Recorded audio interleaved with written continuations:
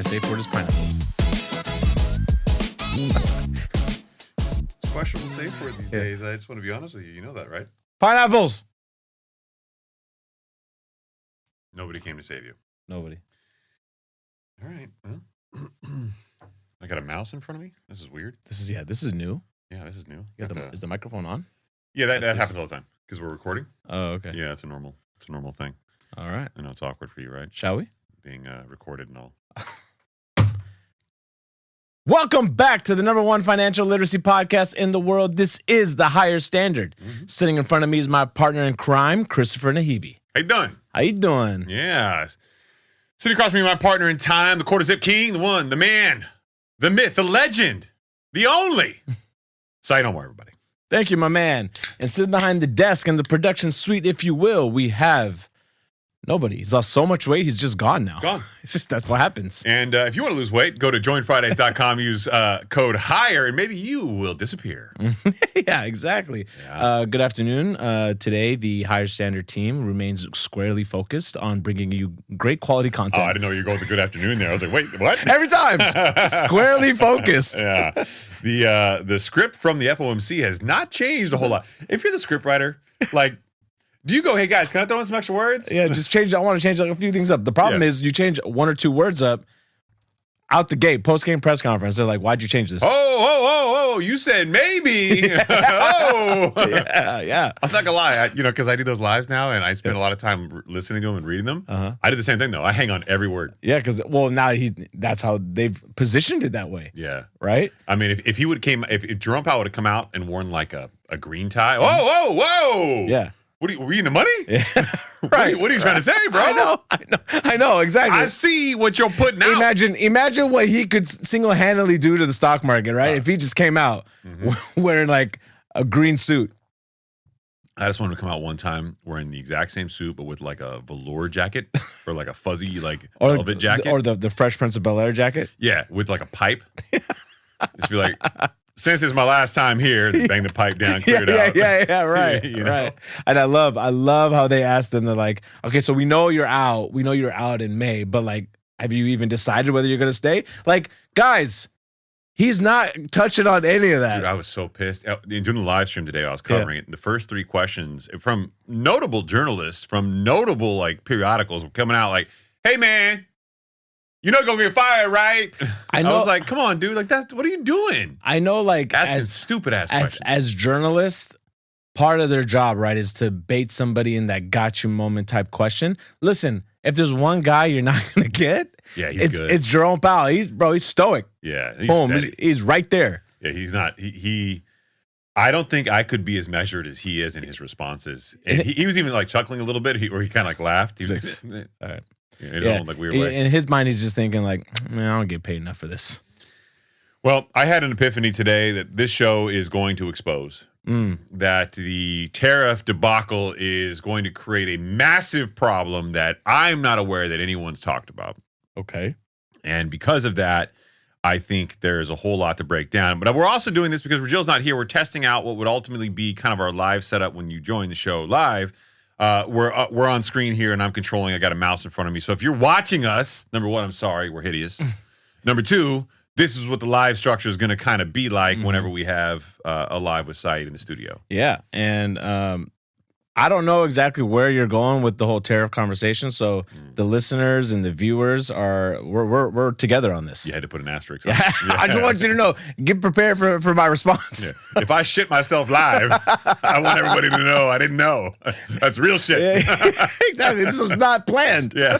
All right. Well, I'm going to build up into it a little bit because it's going to take some time. But I want to be clear that I know this is going to happen. So in and of itself, problem.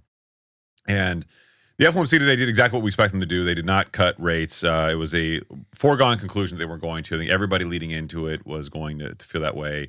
David Kelly from JP Morgan Chase had some excellent comments. I'm loving that dude. Yeah, I know. You were getting all geeked out on him. Yeah, I got a nerd crush hard on him. He's good. Why? He's got a pretty palpable amount of humility for a guy in his position with his pedigree and prestige. What does he do over at JP Morgan? I don't remember his actual title. But okay. Yeah. You know what we can do? Yeah. We can actually look this up. David Kelly, JP Morgan. There you go. It's just crazy right there. Salary. Yeah, salary. Let's see here. Oh, okay, we're good. Asset management. Chief Global Strategist, Head of Global Market Insight Strategy Team. All I'm hearing is he gets paid a lot. Yeah, dollar signs. Yeah, there he is. This is the younger version Honestly, of him. that's a rich smile. Yeah. David's research. I don't have research. Do you have research? Focus on investment implications of evolving economic environments. He has written extensively on all aspects. Have you written extensively on all aspects? I do research for this show, though. Yeah, it doesn't count. I don't get paid for it as much. Blah, blah, blah, blah, blah. Throughout his career, David has developed a unique ability to explain complex economic and market issues in a language that financial professionals, like the higher standard, can use to communicate with their clients. He's a keynote speaker at many national investment conferences and a frequent guest on CNBC, Bloomberg, and other financial media outlets. Prior to joining JP Morgan Asset Management, David served as economic advisor to Putnam Investments. He also served as a senior strategist economist at SPP Investment Management, Primark Decision Economics, and Lehman Brothers, and DRI McGraw-Hill, the publisher. Great. He's a CFA, of course he is, and has a PhD and MA in economics from Michigan State University and a BA in economics from University College Dublin in the Republic of Ireland. He's Irish. Yeah. Yeah. Well, yeah, he's got 19 years JP Morgan Chase. Yeah, it's cool. I'm not bitter about that at all. Okay, and what was his take on the FOMC meeting today? He was just very clear. He's like, look, I don't think you're going to get a rate cut. I'm not sure there's anything here to prompt a rate cut. I don't know how this all plays out, but there's the wait and see approach. And they talked to him about jobs and affordability, and he was just really, really good. Yeah. A lot of economists will have a slant, and he didn't. He was just very matter of fact about it, and he was calling shenanigans on some of the affordability stuff that other people were saying. He's got kind of a very dry personality. I always suggest listening. I like him from a personality perspective. He doesn't come off like, oh, this guy's amazing. But once you get to hear him speak enough times, he says the right things. Okay. So let's get into some of the stuff that I pulled. This is going to be all heavy Instagram today. I apologize in advance. So if you guys see anything pop up on my Instagram, it's Saeed's fault. All right. So this from Morning Brew: American consumers are overwhelmingly footing the tariff bill. You ready? You ready to jump into this? We knew this, right? Because when the price of things go up, the companies who are actually making or selling these things aren't going to foot that bill. Yeah. That ultimately is going to get passed on to the consumer, right? So, okay. So much so that American consumers are bearing 96% of the tariff costs. I mean, believe it. Yeah, study finds. New research from Germany's Kiel Institute finds that U.S. tariffs have worked less like a tax on foreign exporters and much more like a consumption tax on Americans. So let's frame this. We as Americans are now being taxed more because we decided to penalize other countries by increasing tariffs. So what happened? They ship their products over here, but they raise their prices to sell it to us so they can pay the tariffs. And they still make the same amount of money. The government makes more money. We pay the government more money vis-a-vis these tariffs. 100%. We do. You do. I do. Everybody does. And everyone's like, oh, that's inflationary. Yeah. That's why. Right. If companies are raising their prices to cover it. So everybody on conversations that we've had lately has been like, hey, dude, guy, bro, have we seen all the inflation impacts from tariffs? And you would say. I mean, I would say, yes, we should have by now, but it's going to slowly trickle in more and more as time goes on. Yeah, and I think that's a fair assessment, except there's a couple things we need to think about in the context of this. And trust me, I'm going to get to the big tariff epiphany later on. Okay. Right? But I want to set the stage. You have to, right. All right. I want to light the candles. Okay. Get the bubble bath going. Lay some flowers. Make some tea. Get ready for Valentine's Day. Okay. With my guys. There you go. Okay. So what we're doing right now is we're talking about how this happens. But here's what happens. The tariffs come and then they go. Right? That's right. We've seen a lot of conversations. Hey, we're going to raise tariffs. People raise their prices and the prices don't go back down. Yes. So these companies walk into more profit. Oh, yeah, man. right? So we're not going to ultimately pay less because of this. This is not the epiphany. No, This is the aperitif. I'm cleaning the palate a little bit. This is the foreplay. Right. Okay? I just want you to know. You're going to get mad later on. Right now, I'm just setting you up. All right. I'm getting you in the mood. So we know that the tariffs have increased prices permanently, and this has been inflationary permanently. We know that inflation has been bad from 2000 to 2025. You know that the necessities in life, things you absolutely have to pay for, have gone up disproportionate to your wages. Right. While the nice things to have, like TVs, have gone up, but not as much as your wages have. Right. And we know that even though you get the prints from the CPI or PCE that the Fed likes to look at for inflation, although it might say it's, in the 2.8% range or 3% range, that's not really what inflation is. Inflation is probably closer to 6, 7, or 8%. Yeah, right? I read a great study over the weekend about how putting your money into a savings account is actually losing money. They broke it down. Especially when you factor in the taxes you got to pay on the interest income. Yeah, That they don't like to account for. Nobody wants to account for that. Nope. Hey, man, you made money by putting it in your high yield savings account, except we're going to tax you on it. yeah. You got to report that. Yeah, that's a problem. So, after analyzing $4 trillion in trade flows from January 2024 to November 2025, researchers estimate that U.S. consumers and importers absorbed about 96% of tariff costs, while foreign exporters ate just 4% by cutting prices. So the idea that tariffs force foreigners to pay up isn't holding up. That dynamic still generated serious cash for Washington, about $200 billion in tariff revenue last year, but it's largely money pulled from American pockets. So far, inflation has stayed relatively moderate, largely because importers and retailers have swallowed much of the cost per Harvard Business School research. But economists warn those pressures are likely to show up more clearly in consumer prices over time as margins continue to get squeezed.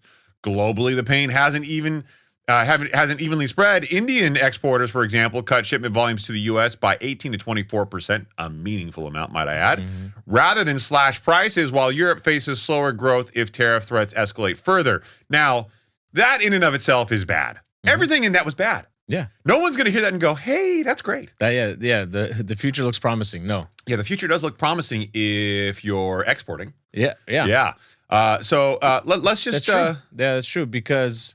a week right now, it's no secret, and we'll probably find time later in the show to dive into what a weakening dollar does. Right? Yeah. A weakening dollar ultimately, it benefits? It benefits the people exporting things out of the country for sure. Yep. Right? Because that means the assets that you're selling are in higher demand because it's cheaper relative to than the rest of the world, and it benefits the stock market, benefits things like gold. So. Yeah, gold at an all-time high, stock market at an all-time high. We hit 7,000 in the S&P today, which was insanity. You got homes at near all-time unaffordability, but certainly near all-time high prices, and it's a bad Molotov cocktail. And gold rising at the same time these things happen is an inverse relationship. Yeah, there's been a decoupling of so many things all at the same time. Jobs and inflation were very much coupled together. I don't think that's the case anymore. I think technology has displaced that. I think that the gold and stock market being kind of this inverse and reverse inflationary trending of hedging inflation in your bets. I don't think that's happening anymore. No. Yet crypto's been high up there for a while. I don't think that's happening anymore. Right. So it's been a strange time. I don't have any real meaningful answers, but I do know one thing. Okay. This from Yahoo Finance. Tariffs have raised $200 billion in revenue for the U.S., but a recent study found that American consumers are absorbing 96% of the tariff costs. We already know that from the Kiel Institute. The tariffs are an own goal. Interesting. Tariff revenue increased by $200 billion in 2025. A new study says 96% of the burden was passed off onto consumers. While importers and wholesalers face the immediate burden, they must pay the tariff at the border. Next, they face a choice: absorb the cost through reduced margins or pass it on to their consumers. Yeah. The study analyzed shipment-level data covering over 25 million transactions valued at nearly $4 trillion and determined a near-complete tariff pass-through to consumers. The $200 billion surge in customer revenue is not free money. It comes from American wallets, the study's author states. You start to see some of the tariffs creep into some of the prices. Andy Jassy, Amazon CEO, in an interview with CNBC. So this is not speculation. This is not hyperbole by Said and I. We don't have a political agenda. These are just independent facts with a massive amount of data. Which we were calling from day one. From ever since, we were all prepped on Liberation Day. We knew that, this was not going to help. This is only going to make the problem worse. And it is going to get much. I can't have enough muches here. Much worse. Before we get to the main meal of tonight that we're going to spend some time on, let's talk about this that came up today. This is also via Yahoo Finance, via Instagram. Consumer sentiment up 2.5 points from December. I would argue from December, holiday pressures, people having to spend money to buy gifts, and all the pressures in and around year end. Maybe bonuses. Yeah, a 2.5% jump in that from December to January is not meaningful because it's still down 21% year over year. 56.4 was the index in January 2026. In January of 2025, it was 71.7. So down 21% year over year. Okay. Maybe there's a healthy consumer sentiment. Maybe it's perspective shifting. I don't know. Yeah. What I can tell you is that consumers are in a wait and see mode as they weigh inflation and the weakening job markets. And the rhetoric that we saw today from the FOMC, in my mind, was strange. Which was what? They continue to say that job creation and technological advances tend to go hand in hand, that we've seen historically over the cadence of history. We've seen like the internet.com boom, those internet things that were supposed to displace jobs. I mean, I know, man. Created jobs. That's like 20 some years ago. That's not a whole lot to like base off of. You know, when you say based on history, right? Like, yeah, I mean, everything that we're hearing is the technology is going to replace the worker. Oh, Saeed. Who do you think would be a subject matter expert on this? Just give me some people, like perspective-wise. Sam Altman. Sam Altman, be good. Okay, yeah. What do you think about Jerome Powell? You think he's a subject matter expert? He should be. Do you think anybody on the FOMC is a subject matter expert on AI? No. What about Elon Musk? You think you trust him? You should, probably in this space. Probably in this space. Yeah. Okay, well, I'm glad you said so. Like, I would trust someone like Lex Friedman on this. I would trust someone like Lex Friedman as well. Elon Musk, in his first appearance in Davos, the subject matter of episode 319, where we covered the World Economic Forum, Saeed got a big grin on his face. He's looking at it. Oh, man. On AI, I don't know what's going to happen in 10 years, but with the rate at which AI is progressing, we might have AI that is smarter than any human by the end of this year. And I would say no later than next year. He's talking about AGI, artificial general intelligence. Yeah. Okay, so, wow. That's a pretty brisk timeline. Yeah, exactly. You know? Okay. It goes on. If you have ubiquitous AI that is essentially free or close to it and ubiquitous robotics, then you will have an explosion in the global economy, an expansion in the global economy that is truly beyond all precedent.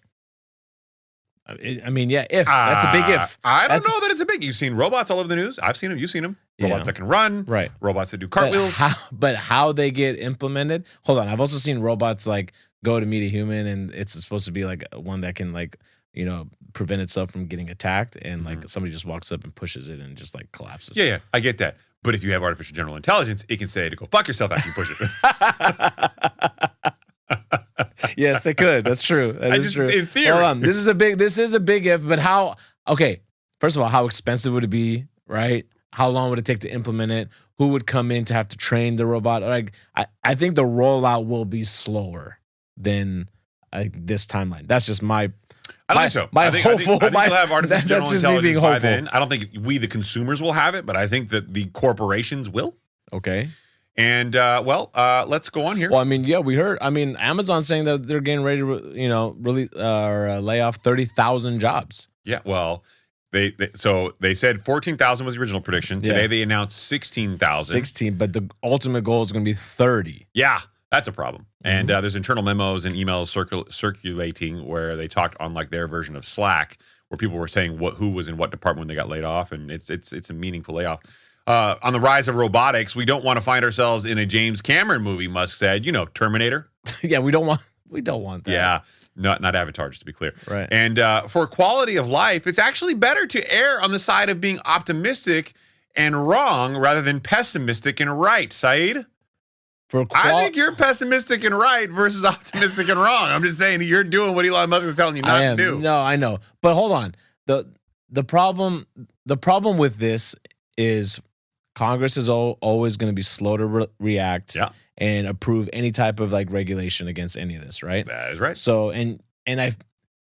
because of that, I feel like we have had the benefit of seeing the technology that we've seen over our lifetime and the way it's been expanding, right, at an exponential rate because of that, right?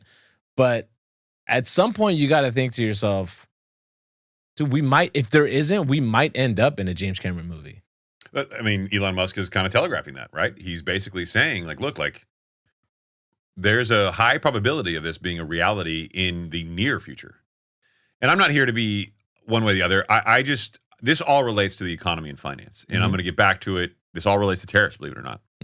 So one of the things I think he's also been saying is that you really shouldn't worry about saving your money because we're going to have to go to some type of, universal life, income stability. You can call it whatever you want, because there's going to be such efficient robotics and intelligence that human labor is going to be an outdated concept for a number of reasons, not the least of which is that robots can run 24/7 and humans have, to sleep. Yeah. And yet this is the week before at the World Economic Forum, and yet the Jerome Powell comes out going, I don't think there's any impact on So jobs. wait, you're gonna have to get a degree, buy your own robot to represent you that can work 24 hours a day. You're gonna have to program that thing, right? Like they're gonna pass the cost of the robot on to the worker, the employee. So before I go on, I think now is a good time to pause. And well, you know what? Let's do one more. I think this is actually relevant before I get into the whole tariff problem. I think this is going to be a good one. You ready? Yeah. Now, I've got a love-hate relationship with Jane Fraser over at Citibank, their CEO. Mm-hmm. Jane Fraser, City CEO Jane Fraser warns staff in a memo that old habits are out and performance is in. What do you think she means by old habits? I don't have to wonder. Business Insider via Instagram explains this. City CEO Jane Fraser is adopting a player-coach mentality with her team this year, and she's making clear she expects them to run another lap. I figured this was right up your alley as far as analogies go. Okay. In a memo sent on Wednesday titled "The Bar is Raised," Fraser told the firm's more than 200,000 employees that she expects higher performance this year. I need to see better. Quoting, "Every one of us has to adopt a more commercial mindset, asking for the business, competing for the full wallet, and not settling for a secondary role or missed opportunity." Yeah, ask Wells Fargo how that went for them. "We are not graded on effort. We are judged on our results. And I expect to see the last vestiges of old bad habits fall away and a more disciplined, more confident, winning city fully emerge in 2026, Fraser wrote in the memo, which was earlier reported by Bloomberg. Oh, Janie Poo. That's the part of like my time over at Wells Fargo when I was there. And it was during that time where, they got in trouble for all the stuff they got in trouble for later on, right? Opening the accounts and whatnot, right? But I mean, at the time I was behind the teller window, right? But the amount of pressure of, I know you hit record numbers last month. Yeah. What are you doing now? And you're like, what kind of culture is this? Yeah. I can't wait to leave this place. So I should point out, this is pretty obvious to some, but for the record, I'll say it, that when it comes to banking or any company, the more products they have into you, the stickier relationship is, the harder it is to move. That is the nexus of some of this. In banking, as it particularly relates, if you have loans with them, they want to increase your deposits because they can lend that money out, and that's how they make money, right? They take money in as deposits. They pay 2% for it, let's say. They make a loan at 7%, let's say. The difference, that 5%, is their profit. But you need more cash to make loans. And of course, there's ways to lever that up. But for the purpose of the conversation, banks want that. So they want the relationship, right? They're trying to drive credit cards at point of sale. They're trying to drive deposits at point of sale, all because they're trying to build up this stickiness and continue to drive this revenue, which builds their business. And get you into their full ecosystem That's right. to where there's no way you're going to go through the pain and hassle to ever leave again after we've like built this all out for you. Yep. And it is a hassle. So it's a real problem. And so look, now we have pressure by CEOs to come back to the office, right? You have pressure for performance, like by people like Jane Fraser. You've got people like Jamie Dimon talking about AI as a part of every conversation at the executive table. And he discussed that in Davos, which we went over, in episode 319. So we know that there's this really palpable dynamic happening as it relates to employment. And yet the FOMC, Jerome Powell, comes out and says stuff like, I don't, there's always an area of job creation that comes out with this job destruction, and we're just not seeing anything. Should you see anything like this, Jerome? JP Bang Bang Powell? Bang Bang Powell. Yeah. Should you be seeing, has there ever been an event in history which we can point to that has been, the Industrial Revolution maybe? Okay. Where do you think I'm going with this? Okay, no, keep going. I'm following. Okay. Yeah. I'm just saying that Jerome Bang Bang Powell probably is not thinking this through. Okay. And the FOMC, I get it. You're data dependent. You can only look backwards. You can't forecast forward. Okay. But we also know that their changes from an economic rate perspective don't stop the economy on a dime. They're generally reactive, and they take time lagging. Yeah, to 100%. matriculate through the system. Yeah, and he knows that. Right. So I think that there is a problem here. And then I'm listening to the FOMC today. I'm listening to the tariff conversation. I'm preparing for the show notes tonight, and I had the epiphany, the light bulb moment, where I realized this is about to get really, and I'm going to be very terse here, fucking ugly. Okay, and I'm the only person that I know is talking about this. Okay, so let's just walk this through. Saeed, you ready? Okay, I'm ready. I want you to, dial in, baby. I'm in. Okay, all right. We know that the government has just generated $200 billion in revenue vis-a-vis tariffs. Yes. We know that those tariffs were charged to the American consumer, 96% of them. Passed through to them, yes. Right. We predicted this. And now you've probably heard the government saying that they're going to give higher tax refunds. Some people have said $2,000. Some people have said $4,000 the tax returns. Yeah. What does that remind you of? The stimulus checks? That's right. Yeah. And what did the stimulus checks do to the economy? Inflationary. Hyperinflationary. Yeah. It drove pricing through the roof Mm-hmm. on homes.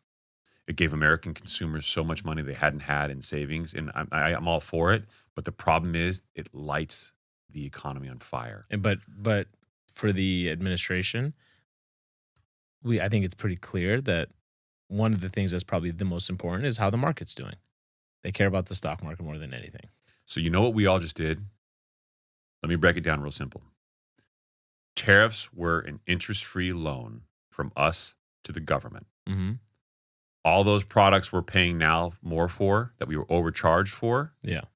we're going to get a small portion of that overpayment back in the form of a tax refund. One time. To $4,000, one time. But those prices on the things that we overpaid for remain elevated. So we gave the government a $200 billion interest-free loan, and they're going to give us these pseudo-stimmy checks in the form of an extra tax return ahead of the Republican midterm elections. Everyone's going to be fat and happy. It's going to be their version of stimulus checks. I mean, how much more? And we're going to light the fucking economy on fire. But it's also going to be unfair, right? Because I think when this proposal was being floated around, it's capped at certain income earners. That's right. So it's the people that earn more, like I think it was like over $100,000, right? If you're out, Yep. right? So then a majority of the population falls like under that, right? Mm-hmm. So they get it, and you're like, wait a minute, we all overpaid for things. That's right. That doesn't make sense. So now we're going to give people their money back, a small portion of their money back. Mm-hmm. We're going to repeat the past mistakes of stimulus checks. Mm-hmm. We're going to put this extra money in people's accounts. They're going to get refunds they otherwise would not have gotten. And as a reminder, a tax refund is not a good thing. It means you overpaid. Hold on, and the stimmy check that you're going to get vis-a-vis this, right? You're going to go spend it on things that you're going to have to pay taxes on. That's right. So where does the money go back to ultimately? The government. Yeah. Wow. So we got royally screwed. Wow, what a hustle. What a hustle. And they all did it under the auspice of, I'm making the economy great. No, you're not. Yeah. Oh, you weren't allowed to actually do this with the tariffs. Okay, fine. I'll give it back to everybody. And what? My bad. So what do we know the Biden administration said when there was 2 successive quarters of negative GDP growth? No.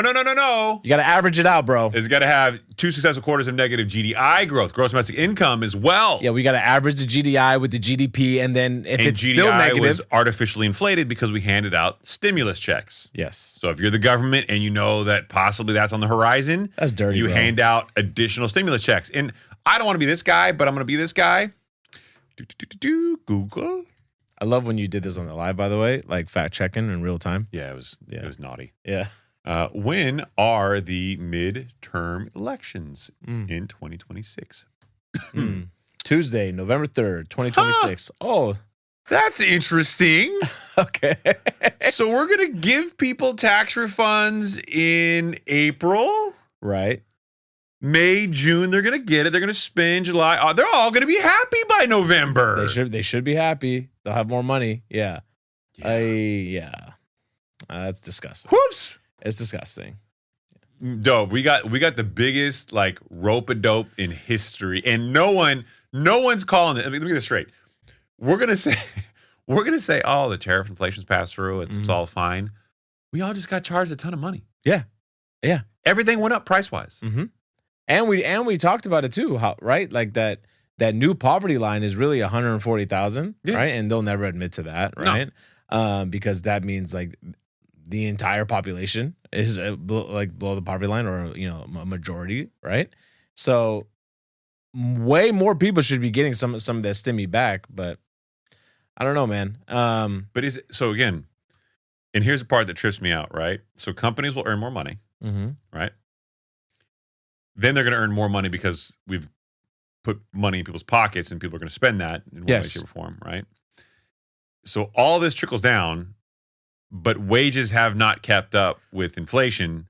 So, but we're not going to pay the employees more. We're going to demand, AKA Jane Fraser, demand they become more efficient, more dedicated, more cross-sell, more work. Right. But then you got Amazon laying off a ton of people. So at what point do we go, we should probably rethink the humanity here? Capitalism has run its course. The corporations are winning. At what point do we say, okay, like this is going a direction that's not good? I don't think, no, everyone's going to continue to ride the wave, man. Right? I was doing some research. I don't know how you can. I was doing some research before the show, right? And we've like routinely talked about like Michael Burry on the show, right? And there was a tweet of his, like, that a really popular one that went viral years ago. I think it was in January of 23, right? That just came out as sell, right? Yeah. And if you listen to that, and first of all, he had all the data to back it up to show like there's a problem here, right? That was back in 23, January. Yep. If you listen to that back then, I think when I looked it up, the S&P 500 was at like 3,900. We're now at 7,000. Yep. Right? It's like markets don't crash because of, headlines or certain data. They crash because something breaks ultimately. Irrational exuberance. Oh, was that Greenfield? No. That's me, baby. No, I stole it from some. I don't remember who said it, but yeah. It's something breaks. And the problem is we are pushing this to a point where something absolutely has to break. Yeah. Because here's the problem. If it doesn't break, we all can't afford to live. I mean, that's the sad part. Is people are like, oh, everything's. I detest getting on like an FOMC meeting and everyone's like gumdrops and lollipops. It's amazing. Things are going well. Yeah, things are great. We don't need to cut. We don't need to cut. And some of these talking heads on CNBC are like, this is amazing. We're great. Why? The market's going to go up 20% this year, 14%. We're going to have 4 years. They said this in the FOMC. We're going to have 4 years of a bull market with 14% gains. And I'm like, and do you really think that's good? No. Are you really going to look me in the eye and say, because you're getting fatter and richer, that the rest of society isn't in peril because of what's likely to happen? Right. And I don't want to sound like Peter Schiff where I'm ringing the alarm, freaking out, but we're doing wildly stupid shit. Wildly stupid. Right. Tariffs, okay, great in theory, but that doesn't penalize a country. Yeah. It penalizes the citizens. And I understand you want to negotiate, do all these things. Tariffs have come and gone. All good. Fine. Right. Show me how this improves the deficit. Oh, so we the consumers are going to pay for your deficit? Because that's what's really happening. Right. If someone came out and said, hey, man, we're going to punish China by making you guys pay down our debt. You've been like, wait, what? What? Yeah. Hell no. No. Right. Exactly. Right? Yeah. Why would I do that? But instead, you use the economic unintelligence or the lack of financial literacy of most Americans against them. Yeah, you charge them. You show them who's boss. Yeah. I don't know. The whole thing really bothers me. And the problem is it really goes back to the great financial crisis, right? This whole problem. It was either die a quick, painful death, right then and there, or a slow, painful, inflationary death. Okay. And they chose the latter, right? A lot of bailouts. And here's the problem. When the debt level gets to the levels that we're at now, you can't raise interest rates high enough to solve this problem because the debt payments are way too high, right? So, like I was listening. I don't know what website this is. It was amazing. The U.S. National Debt, usdebtclock.org. Yeah. Wow. Look at this. Yeah, $38 trillion. Yeah. Insane, man. So now you got this problem, right, where we're all seeing gold hit all-time highs. It's only happened, gold outperforming the market, it's only happened a handful of times. And they almost always recessions. And we talked about it on the last episode, right? The Great Depression, right? The 70s during Volcker's era, double dip recession, right? Yeah. Right around the time we came off the gold standard in 71. Yeah. The .com bubble? Also, Jerome Powell referenced Volcker today. Did you catch that? Yeah. That's his boy. They asked him why he attended Lisa Cook's hearing in the Supreme Court. The most important case for the Fed's history, right? For the Fed's history in modern history, because it has to do with the Fed's independence. And then he cited that Volcker did the same thing for a case during his era as well. But also, like why? And it was like one of the first questions, right? Yeah, because they were the media was trying to prod Jerome Powell. They were trying to like poke him to get him to say something. And I'm sitting here, like, I was so annoyed. I'm like, can we all be professionals here? Yeah. Like, you guys are in the room, you know? Right. Like, take pride in that. Ask a material question instead of like, hey, man, you gonna get into a fight with Uncle Jamie Dimon? Yeah. Hey, man. Yeah. Trump said he gonna fire you, dog. Yeah. What you gotta say about that? Yeah, I heard you got sued, bro. How you holding up? I mean, is it true you have this real question? Is it true that you guys haven't complied with submitting your documents in the court case? Bro, he's represented by counsel, you moron. You think he's gonna answer that question for you? He's just looking at you guys like, what are you guys doing? Come on. You're better than this. Meanwhile, Steve Leisman, who does have a personal relationship with Jerome Powell, he finally asked like a series of really good questions. Thank God for him. Yeah. But then you look and you're like, okay, the problem has gotten to the point where it's gotten so bad, right? Where the value of the dollar is weakening. I think we hit a 4-month low, right? And gold is reaching all-time highs, right? Where usually the conversation around gold, and we've talked about this on like recent episodes, that it's a hedge against inflation. That's one way to view it, right? But it's also viewed as when people go into gold, there's a lot of volatility going on. And countries around the world, central banks around the world are trying to get away from the dollar system. Yeah. Right? And they're going into gold. That's the reason why gold is going up as much as it is. It's not that everyday investors are, hey, I think gold's a good option. I want to maintain my buying power. No, bro. They're getting away from the dollar system, central banks around the world, and they're going into gold. There's a couple conversations internationally that happened today about that as well. People going off the gold standard as well. Yeah. 100%. And I only see that going up further. So if we talked about it on the last episode. I always heard like financial planners saying gold should, probably make up somewhere between 2 to 10%. And I think we saw Ray Dalio said 15%, right? And you're like, I mean, it sounds a little bit more reasonable now. But here's my problem with all of this, okay? Again, everyone's trying to navigate a market which is manipulated. Yeah. And I'm not sitting here telling you you got to play Jamie Dimon says this. You got to live in the world you got, right? I get that. I'm not judging one way or the other. But what I'm saying is you'd be lying to yourself if you didn't acknowledge the game is rigged against you. The game was not made for you and I. And I'm trying to level it out for most of our listeners to the extent that I can. And the frustrating part is sometimes I feel like this comes off too cerebral or too.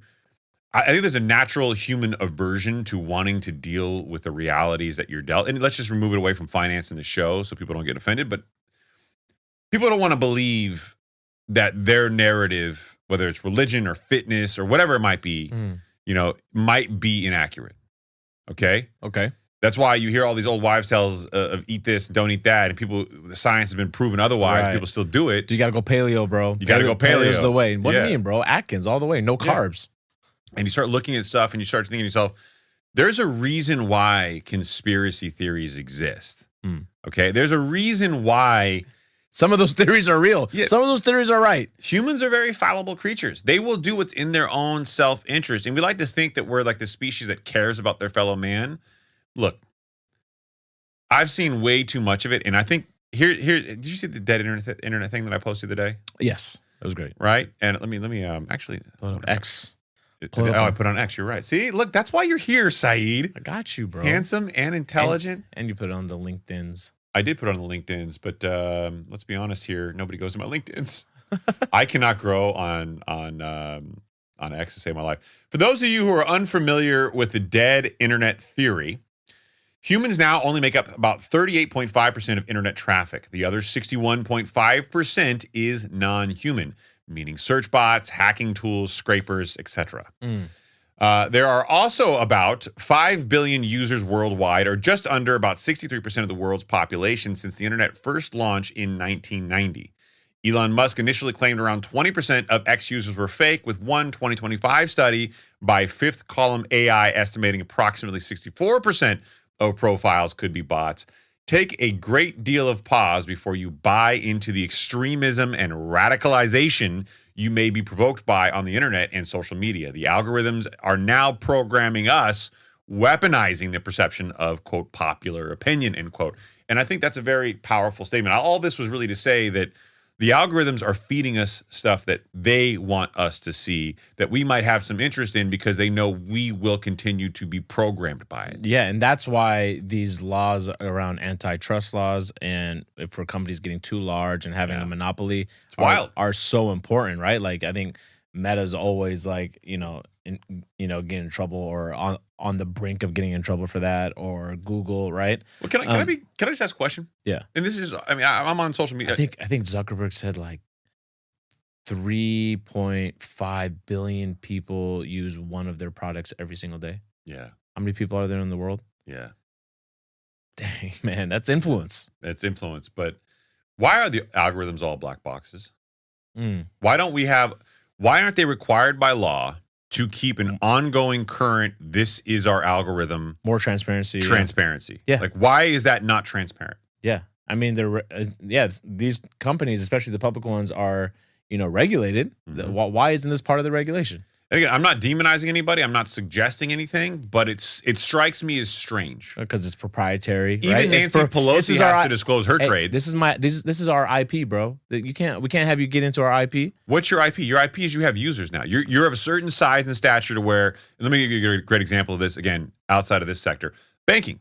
Nothing a bank does is proprietary. I'm sorry. There is no unique product. There is nothing special. JP Morgan Chase, Wells, B of A. It's just who gives you the better service. At the end of the day, it's the concierge service, right? Right. It's the same thing for social media now. Who gives you the better experience? Okay? Your model, your algorithm means nothing to the consumer, but you disclosing it means everything to the parents.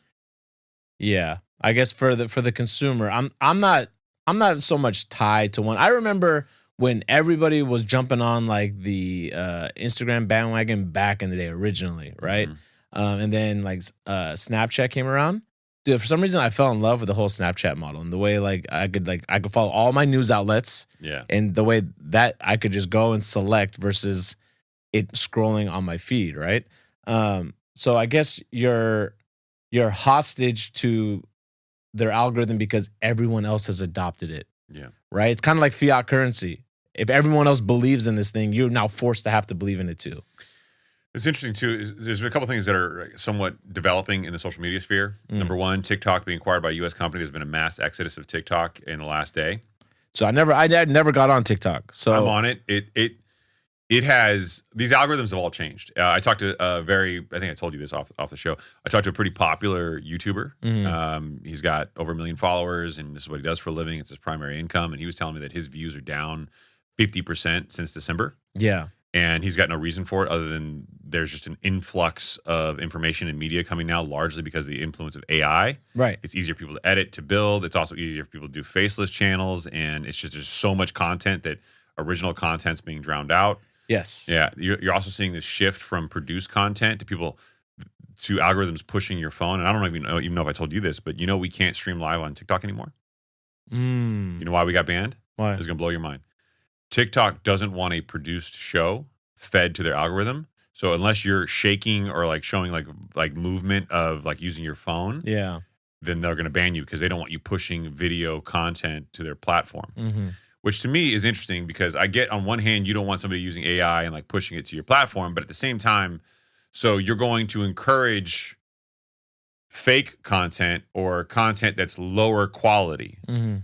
And sadly, that's what all the major like people in the algorithms are saying now is lower quality product pushes farther in all the algorithms, including Instagram. Yeah.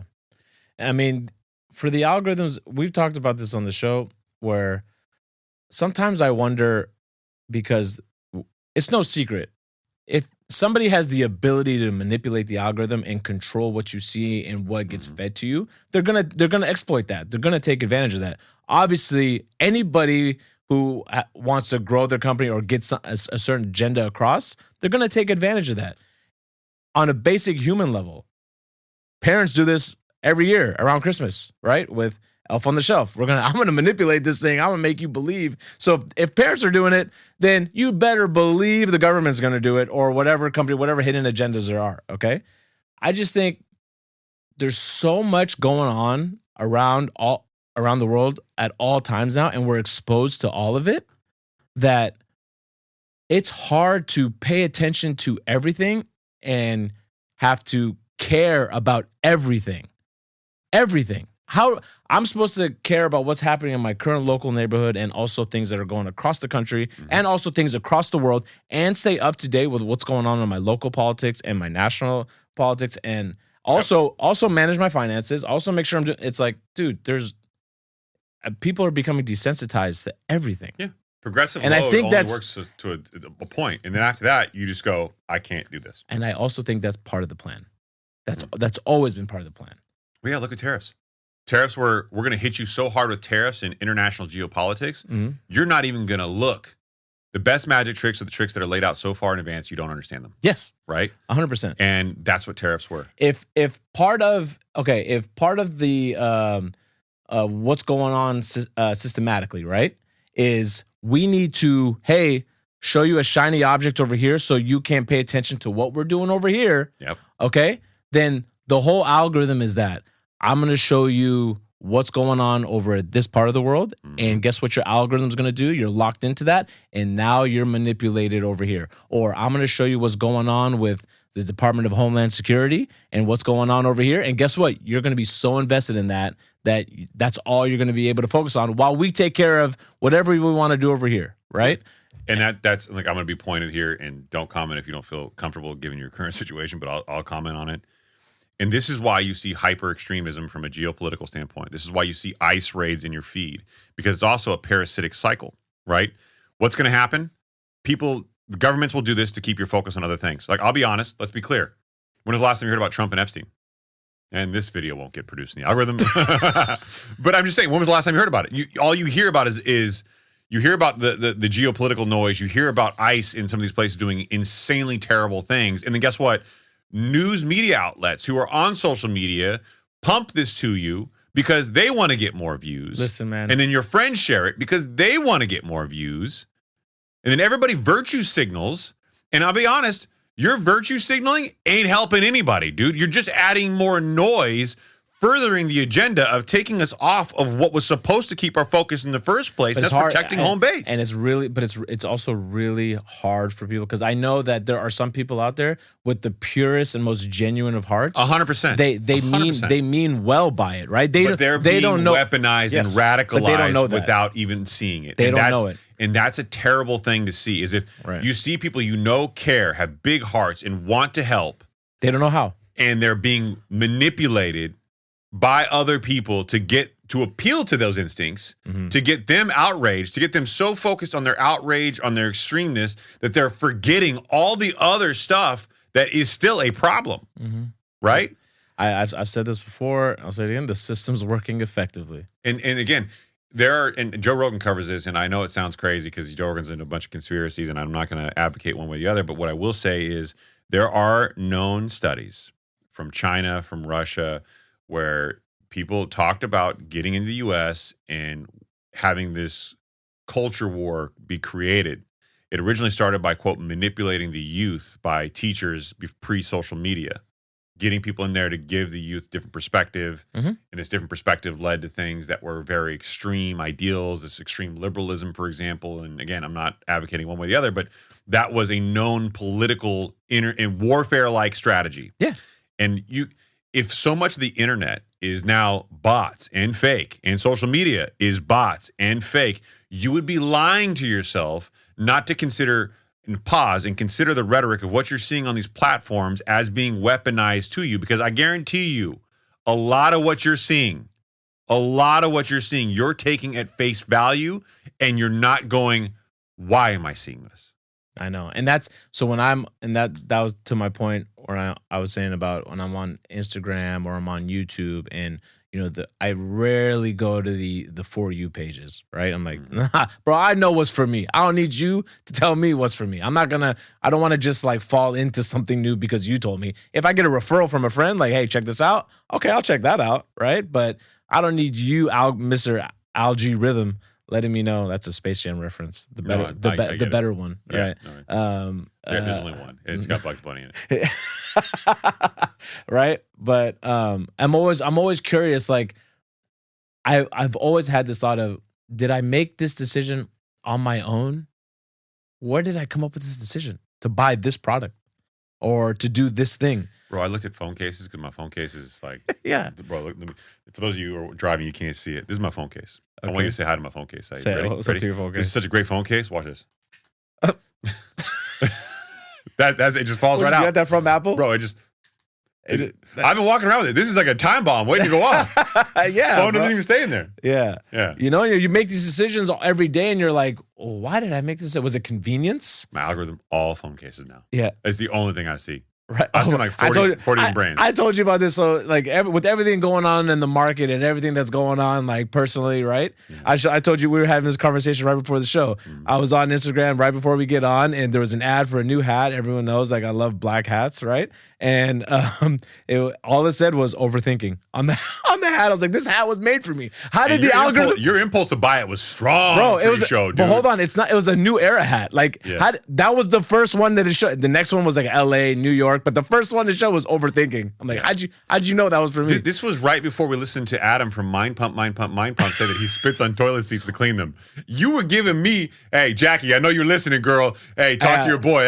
I was getting beef for saying that I sit on it, that wax paper ass gaskets are useless. But the argument there for them was like, wait, you're gonna touch the door handle, but you're gonna use a what do you call it? So not only does Saeed only pee sitting down at his home and never pees anywhere else, but he never touches door handles either. I'm the guy that washes his hands, right? And then I go take the paper towel. And then I wipe my hands. But to be respectful of everybody else, I'll throw that one away. I'll get a brand new clean one. I'll go to the door. I'll open the door and I'll Kobe it into the trash can. I do the same thing. I do the same thing, and I can't if I can't throw like the towel away by the door while I'm there. Like, I'll take it with me and throw it away somewhere else. Oh yeah, but I'll if it's like, even if it's far away and it's not like a cylinder, right? I got to shoot it through a hole. I'm gonna go Kobe it. Nobody from this office building that I'm aware of listens to the show, but there's a couple dudes who do not wash their hands when they leave. That's terrible. I'm telling you right now, bro, don't touch that handle. No, don't do that. I know who's been. That's terrible. Yeah. And the whole argument of like, I'm clean. I'm a clean person. What? Well, you shake my hand. Like, what's the difference? I'm like, don't do that. That's just. So is Magic Johnson. Too soon. They say the most dangerous mosquito is one that leaves Magic Johnson. All right, hard pivot. Starbucks jumps after U.S. sales rise for the first time in 2 years. Mr. Nickel has got a plan that's working over there. And I read an interesting fact I thought I wanted to share. He was getting an allowance for $250,000 a year for private jet travel to their corporate headquarters, which is in Seattle, right? And he lives in Newport. Yeah. Down here with us. Yeah. With us. Not me, bro. The poor people. That's your side of Orange County, bro. I'm on the poor side of Orange County. Yeah, and the palazzos. How many orange groves do you have around your house? I'm inland. I'm inland. Yeah, where the orange groves are. No. Oh yeah. I get it. Oh yeah. It smells like citrus when you wake up in the morning. No. Just breathe that in. You don't have to squeeze juice. It's just right there. Yeah. What's your housekeeper's name again? No, I don't got one of those. I'm sorry. What was it? Person who takes care of the house. I don't remember the proper vernacular is here. Maybe if you want to help us out. Groundskeeper. Groundskeeper, the housemaid? No. Yeah. Which, by the way, I saw the movie The Housemaid. Have you seen that? Why would I see that? What do you mean? Why would you see Who's in the movie? It's some actress that's super popular, but it's off a book that was like viral and like everyone's read it. Not gonna do it. Yeah, it's wild. Yeah. Anyway, so Mr. Nicole over at Starbucks just got unlimited private jet travel because Starbucks is requiring them to only travel privately moving forward because of, quote, security risks. I mean, you could touch on that a little bit, right? I mean, look, like, isn't it true? It's kind of like the president of the United States and the vice president can never fly on the same plane, right? Yeah, that's just. So I had the same problem. Reasons. I had the same problem with my travel when I was at the bank, right? We were a publicly traded company. You can't have all your executives on one flight. If Makes that sense. goes down, the company suffers. So you got to space them out. That I get. But just saying, bro, you can't fly public anymore. You're too special to us. What? You're too good. God, how good is this guy? They just had sales increase for the first time in 2 years. And he's good looking too. Stop it. He's a good looking dude. What's wrong with you? Come on, he's a stud, bro. He's not? Absolutely not. Disagree. Clearly, we have different types of men. Bro, come on. He looks rich. I look at rich to me looks good. Starbucks. Brian Nicole. And he spells it a gangster. Come on, that is not a good looking dude. Bro, look at his jawline. Come on. Are you kidding me? Guy's a stud. Okay, no. Well, and I think I like him. I think I like him because isn't he the former? That looks very caveman to me. Is he the bro? Isn't he the former Chipotle guy? Maybe that's why I like him. That's why I like him. I'm a Chipotle guy. Yeah, I look. You don't strike me as eating Chipotle anymore, huh? You don't. Sodium's too high. I always get like swollen up afterward. That's okay. And then I gotta spit on toilet seats like Adam, and it's the whole problem. Adam, what's going on, sexy Adam? You know you made it when you got a Wikipedia page. Brian Arnicle, born 1970. He's 6 years older than me. He's 6 years older than me. Honestly, yeah. That's not a flattering photo. That dude's 51. That's a terrible photo of him. He's 51. Damn, that's occupation. CEO. He looks like 80. CEO Starbucks. I was being mean. But I will say this. Hawa and I have mentioned this before. I've started noticing, never in my life have I ever seen a Starbucks ad. I'm starting to see Starbucks ads. Yeah. I feel like sales were down. Sales were down for a while and they had to start because, some companies they don't need to market themselves. You already know. We're on every corner. But now I think sales have been down for quite some time, probably for a number of different reasons. Is this what it takes to make it in corporate America? You got to look like this dude. Is that what it is? Dude, you got to play the part. Is my mullet not good enough? You got to play the part, bro. You got to play the part. That's what they want. They want someone who's polished, and and being that polished has a price tag. I'm polished. Not that polished. Stop it. Fucking sexy is what I am. What I need to see is a picture of a CEO that has a beard like you do. I'm sure there's none of them. None of them. Yeah. Why? Why is that? Because you can't have a sense of style. Guys with beards are more attractive and thus untrustworthy. We don't know what this guy's gonna do. You don't know what you're doing over here.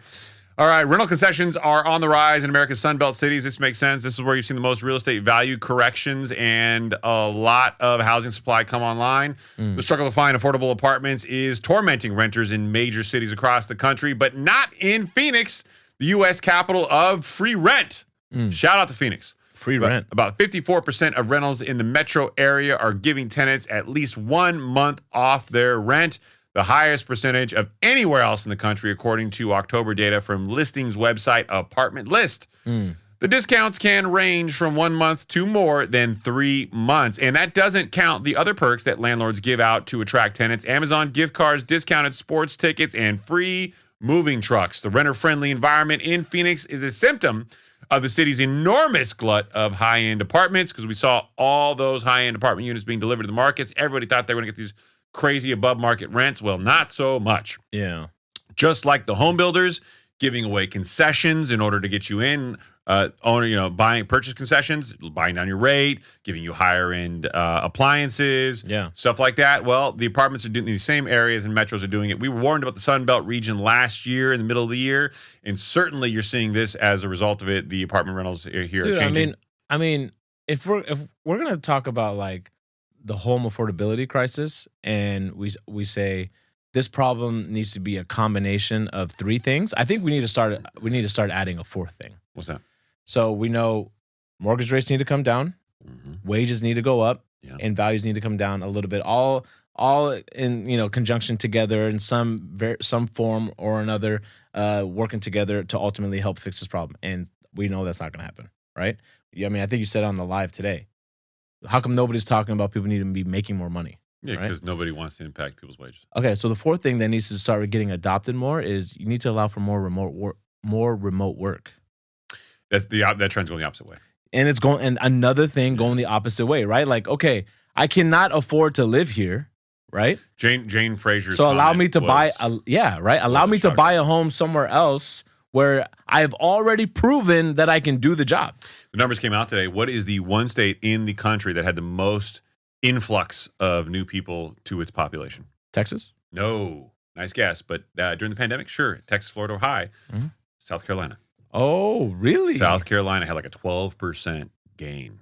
It was insane. And I get it. I get it. It's been a pretty big exodus. Dude, my sister's over in North Carolina, and she sent me photos of like the snowstorm. She had to tell me all the things she had to do, like things that like I never even considered. Batten down the hatches. She said, you have to like drip your faucets. Yeah. Right? Like, I was like, damn, I never even thought of that. Because the water going, otherwise it freezes. Yeah, otherwise it freezes over. And they had like wood burning like fireplace that they had to make sure they had ample firewood. I'm like, God dang. Yeah. It's a problem. So developers flooded the Sun Belt with new luxury buildings and flashy amenities during the pandemic years when droves of remote workers were moving in, to Saeed's point. That led to a record surge of new apartments hitting the market. Now there aren't enough renters to fill them. Places like Denver and Charlotte, North Carolina are similarly oversupplied, and more than half of their rental properties are also being offered at least 1 month free of rent, according to apartment lists. It is a contrast to the housing scarce coastal cities like New York and Los Angeles, where renters endure cutthroat apartment hunts to find a place to live. This, of course, from the Wall Street Journal vis-a-vis Instagram. I've only got a few more tonight, kids. It's been a long trip, but one of my favorite ones of the night, Saeed's already seen the headline here. Why aren't you clicking? Click, you son of a... Okay, you know what? Sometimes you got to accept the world that you got, right? That's what Jamie Dimon said. That's what Jamie Dimon said. So what we're going to do is we're going to old school it. There you go. The Inverse Kramer Fund launched 3 years ago. Here's how it's doing. Oh, okay. This is fun. Are you ready? So explain to people what the Inverse Kramer Fund is for those that don't know. And hopefully you do know. But we get new listeners. Yeah. So you've heard of the Inverse Kramer Tracker. This is how it's doing. In January 2023, investors noticed something interesting. Okay. When Jim Cramer hated a stock, it often ripped. When he loved it, it lagged. So the Inverse Kramer portfolio was launched on autopilot. It simply does the opposite. Micron, MU, was added after Kramer said he was waiting for it to come back down. It never did. Intel, INTC, if you're following stocks, was added after he highlighted a multi-billion-dollar loss. Soon after, the U.S. government took a 10% stake, and the partnerships followed. That's wild. Yeah. Caterpillar was added when he told viewers to wait. The stock surged on AI demand and government contracts. So I don't think people actually realize that the U.S. government can actually take ownership in stocks. Yeah. Like they don't like. I think they have a huge like portion of Intel too, right? That's what this said. Yeah. Oh yeah. 10% stake. Yeah. Oh, and Intel. And you know who knew about that in advance? Not Jim Cramer, Nancy Pelosi. Always. Yeah. UPS was added after Jim Cramer said he didn't like it because of the dividend. It's up 23.5% since. United Health was added after he called it a tragedy. It's been recovering as institutions like Berkshire Hathaway and Michael Burry stepped in. It did have a bad day today, anecdotally. People warned to invest in the opposite of Jim Cramer. Okay, they wanted to, so they built it. And the best part is you can follow it directly through your own your own brokerage account, only on autopilot. Of course, it's a sale. But let's go through these numbers here. Yeah. Yeah. Let's see. In January of 2023, the Inverse Kramer Fund was launched on autopilot after noticing that the Mad Money host did not usually have successful stock tips. This portfolio does the opposite of what Kramer recommends. It buys what he hates and sells what he loves. Up 177.6%. So either it's one of two things. Either he's in on it and he's laughing like in the back, or I have a theory in this. Or all of his boys are roasting him. So Micron up 229%, Intel up 174.5%. Caterpillar up 59.2%, UPS up 23.5%, and United Health up 16.6%. Hold on. This is only referencing the stocks that have gone up after he said to get out. Yeah. There have been plenty that have gone the opposite way that he said to get into. I believe Jim Cramer is the biggest intentional mole troll. That's right, mole troll. New words here. Yeah. I think he's the biggest troll on the internet. Yeah. I think he's the biggest troll in the media. And I think he's been playing this game for so long. It's just now like an inside story. Everybody knows it. Yeah. And if you listen to a show, have you ever listened to a show? I used to back in high school. Okay. Yeah. So I'm an idiot. And I used to that's how I first got into this. When he was talking, I'm like, man, this guy is way too passionate about this. It's not that serious. Well, honestly, it's kind of like what I sound like. I'm wise by myself. At least he's talking to people. I'm talking to myself most of the time. Or you. Well, he looks like he hasn't aged. Yeah, I mean, he's always looked old. Kind of like Brian Nicole. Yeah. If that dude turns 70, you're going to be like, he looks exactly the same. I am very much a hater right now. I fully appreciate it. I feel like he's gotten some work done, too. Yeah, I'm sure he has. And yet you think he's attractive, which is a questionable source. Dude. Yeah. I like my men to be a little more olive complected. Said. The synthetic version. I like. Yeah. In any event, yeah, I think he's a big time troll. But if you listen to his show, it's usually older sounding people who call into his show. It's a very different aging demographic. I'll say my uncle's the one that got me into the show. That makes sense. There you go. Yeah. So I think that demographic is very much outdated.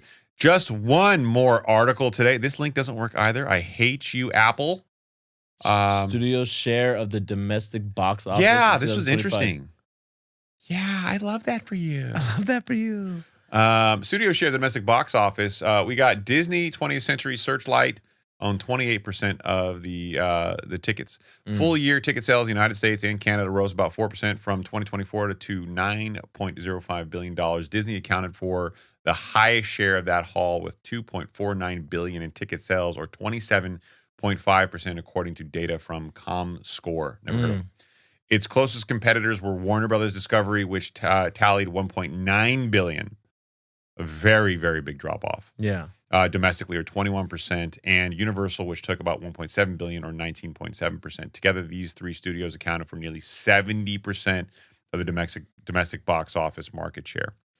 So when you think about it in the perspective of what's happening here, all these other four, A24, I think is Brad Pitt, Lionsgate, 3%, 4%, Paramount 6%, Sony 7%, Universal Focus, Universal Focus 20%, Disney 28%, Warner Brothers 21%.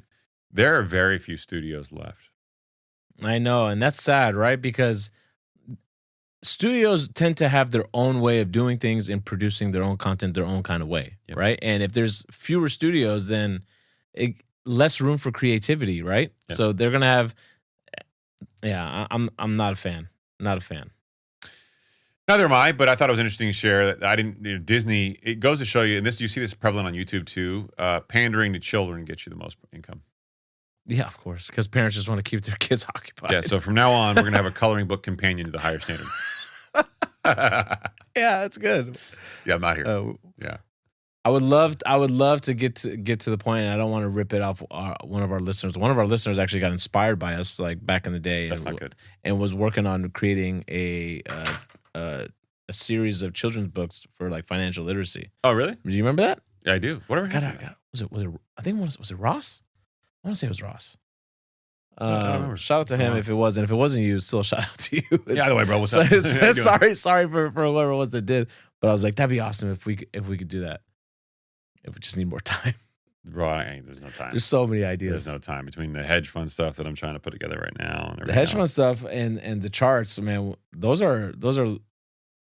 If you haven't done yourself the favor, or if you haven't been afforded the time to check out the lives, right? I think shout out to Regil, who said that we're gonna do breakdown videos of each of these charts, right? Yeah, they kind of necessitate it, but ultimately, so I'm gonna do this now because it doesn't really matter at this point. But we own the trademark, the higher standard.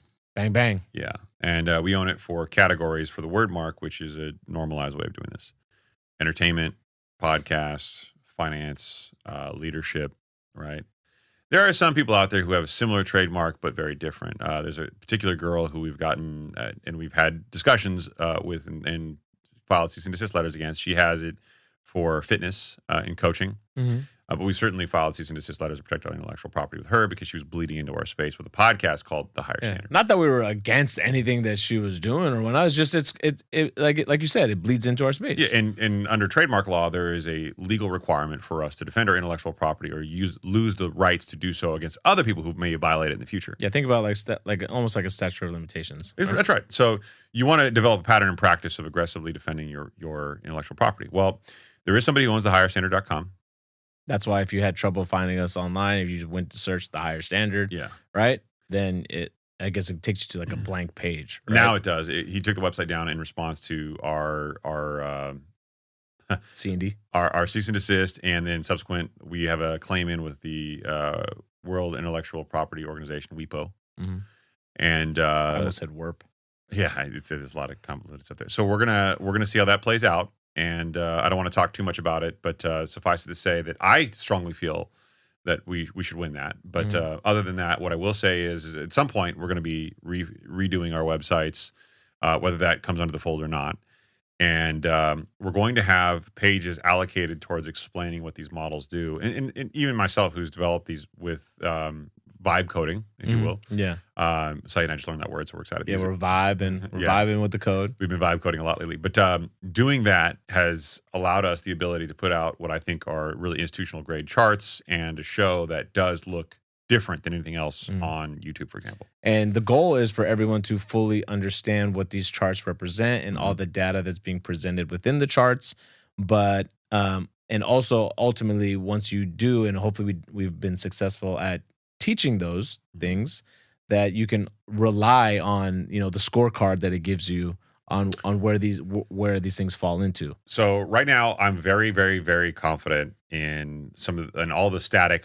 This is what the market is saying cards. We have the synthetic volatility index. We have market liquidity. We have affordability index. We've got the market status in general. I'm very, very comfortable with how that proprietary algorithm set works. It's a static shock at the market, and I can look at it and go, okay, this is what the market is right now. Yes. That doesn't mean 10 years ago or yesterday or tomorrow, but that means right now. That is always the intent was always to serve as the backbone for what will be a market conditions-based recommendations on stock. Now, I'm not saying to buy stock or not buy stock, but if you said, hey, Chris, is Tesla a good buy right now? Yes. We can look at those market statistics and that data, pull those indices and their corresponding regimes and results back out, and put it in here and look at the trade activity of that stock, look at the market conditions, the macro calendar, the events that we've labeled important, and from a proprietary algorithm that we have built over months and hours of work, it'll tell us whether you should be looking at that stock to buy stock, hold money in cash, or buy options. Right, like is it a good value, right? Is it a good short, near, or long-term hold, or even intraday hold? Yeah, and the other charts will showcase where the capital across the market is flowing, so you can further understand whether, if the capital is flowing in one direction, is this stock going to benefit off that? Right. So in theory, we test this out a little bit. And what we're doing is, and I want to be clear here, we're not creating a hedge fund, at least not as of yet. And a hedge fund is taking other people's money. Leaving the option open, though. Yeah, leaving the option open. You got to do that. Is taking other people's money to invest. What I'd like to be able to do is, once we feel comfortable enough with this and we've tested it with everybody else, and the shows are really a date down of this, take a sum of money, probably about 10 grand, and start investing using the same logic openly and clearly, not saying, hey, you should invest in this, but say, this is what we're doing. This is what we're doing. This is how we're tracking it and making decisions and seeing if it works. Yeah. And if it does work, that is the same analytical framework with their own proprietary algorithms that hedge funds do use. Hence the hedge fund-based analytics that we're talking about here. I don't know that it'll work, but it's an exercise in giving people access into these black boxes that they hear a lot about. You hear about Bridgewater, you hear about all these people. Well, we're going to build something that effectively will allow them to see into how those things work. Yes. And allow them to trade, if they want to, with the same degree of intellectual insight. Yeah. And we're going to remain squarely focused on serving the American peoples and just continue to remain data dependent and take this meeting by meeting. And we'll go from there. Yeah.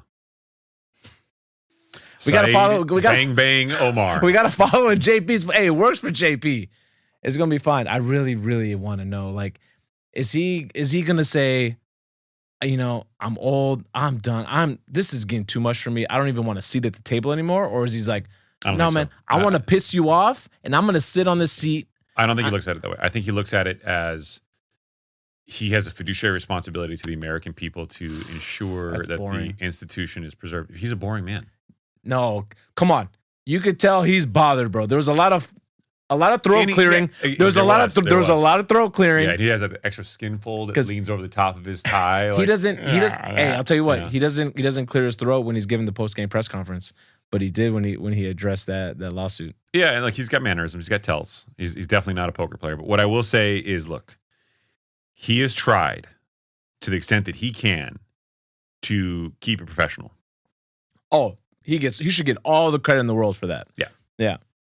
Kudos to him. I invite him on the show one day. Whenever. The seat is open for you, next to me. Listen, bang, bang. Side now I have a revelation today. How does it feel that Kashkari has a vote now? How does that feel? I want to know. Take me through that. He gets crayons, right? Is he checking the box with crayons? David Kelly, 2 first names. I now realize your frustration. Everybody kept calling him Kelly. I'm like, no, dog. Not the first name. Yeah, right. A first name, but not the first name. Yeah. You know, I'm always like that too. When people put some respect on my name. I know a lot. This happens to me all the time.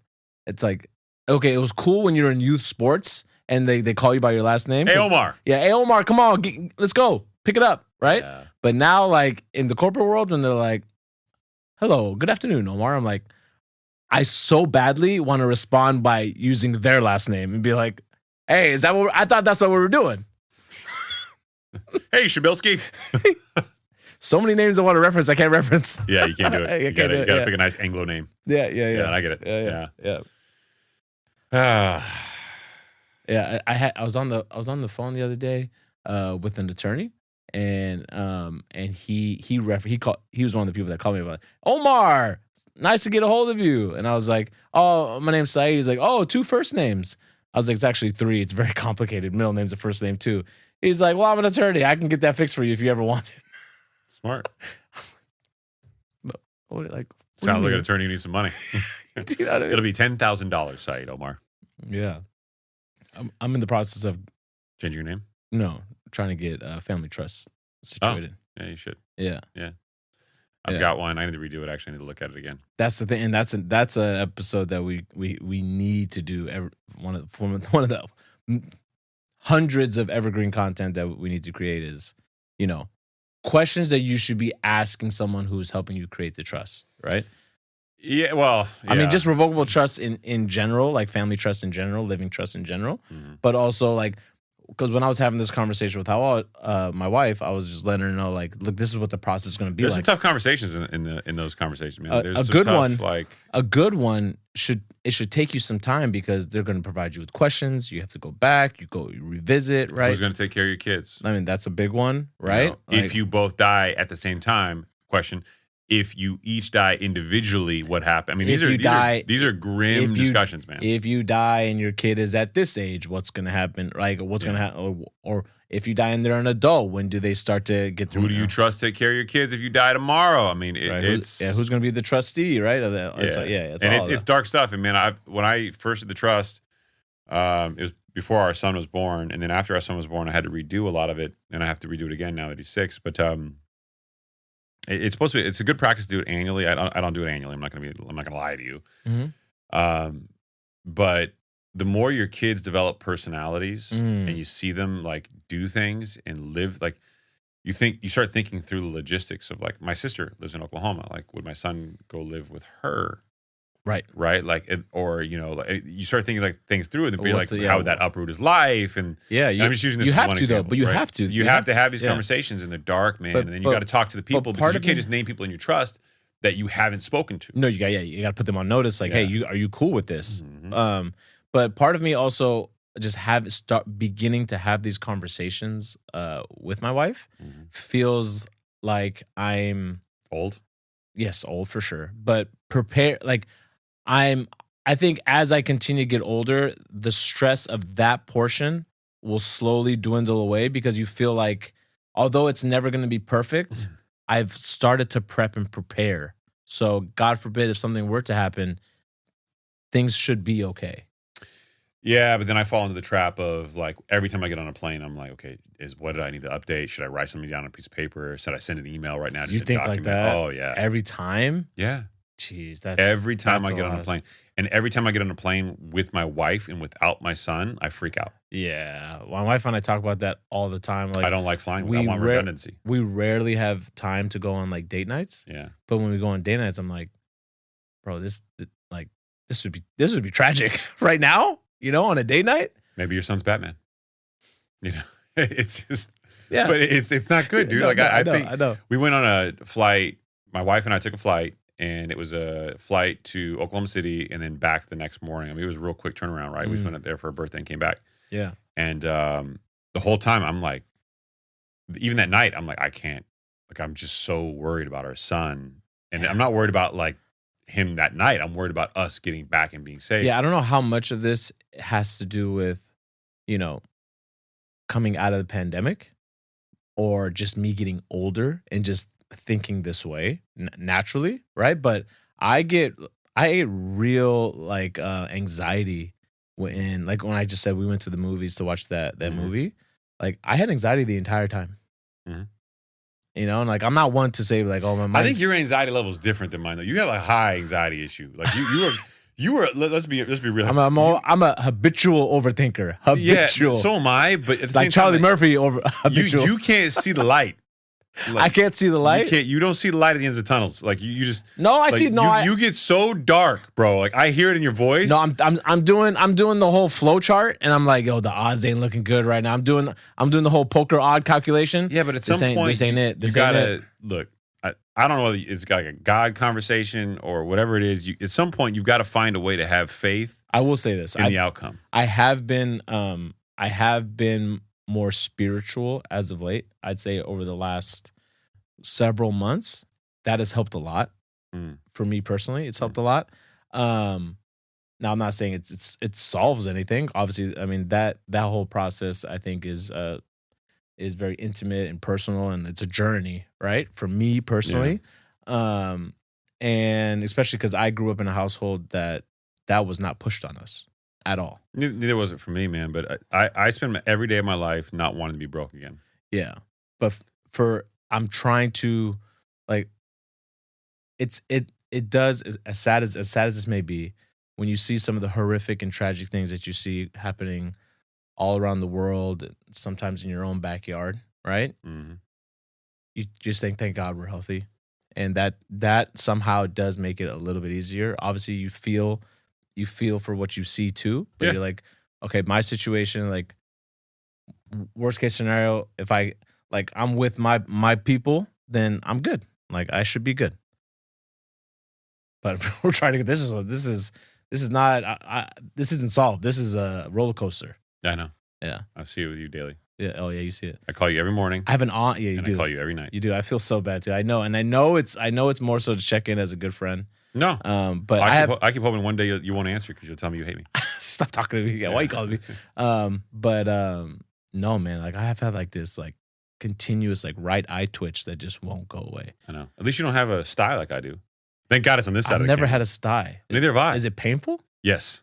Like what? Like burning sensation? So the first night I had it, like I was going to bed and I rubbed my eye because you know when you put water in your face and you clean your face and you like, every once in a while you like rub your eyes a little bit. Yeah. And the right side felt like a sharp pain like right here, like on the side of my eye. God. And I didn't know it was a sty. I thought maybe I was getting pink eye or something because my son's had that before. I've never had either. And so I'm like, all right, well, let me see how I feel in the morning. Maybe it's just like an eyelash or something poking. But it oddly hurt. Right. I woke up the next morning, my eyes swollen. Whoa. So I thought it was pink eye. I go to urgent care. I'm the third time in urgent care in like a week and a half. They're like, what's wrong with you? you? They're like, bro, like stop touching your butthole. Like stop spitting on toilet seats, dog. So, because I had MRSA in my nose, which is a staph infection. Yeah. That was a whole problem. I'm still recovering from that. That was not fun. So yeah. I thought maybe that had just spread. Yeah. You know, stick your finger in your nose, stick it in your eyes, stick it in your butt, stick it in your face, like whatever, you know. Touch doorknobs in the bathroom here. I know who touched it. I know where that came from. Check. Yeah. Right? Like that checks. Right. So I go there and they're like, oh no, it's a sty. And I'm like, how can you tell? And they're like, oh, because if you look here, there's a white spot inside and your eye. I'm like, all right, great. So what do I do? They're like, oh, just put a heat compress on it. I'm like, I'm sorry, that's our technological solution. She's like, well, I give you antibiotic drops. I'm like, yeah, give me that. What else can you give me? Yeah. And she's like, why do you want stuff to get? I'm like, because I want this to go away fast. It's been like a week now, dude. Bro. And I still look like somebody punched me in the side of the face. Dude, that's... No, it doesn't even look that bad. No. So towards the end of the day, after putting, because I have a pirate eye patch in there I put on as a heat patch. Oh, you do this? I love to scare people. Yeah man, I got pink eye. You want a hug? So true story, when my daughter was born, I got pink eye in the hospital. Right? Probably butthole. Probably touching a doorknob there that somebody didn't clean, right? We know. Shame on you. Sitting on a toilet seat. Yeah, shame on you. I don't even want to put the hospital's name out there.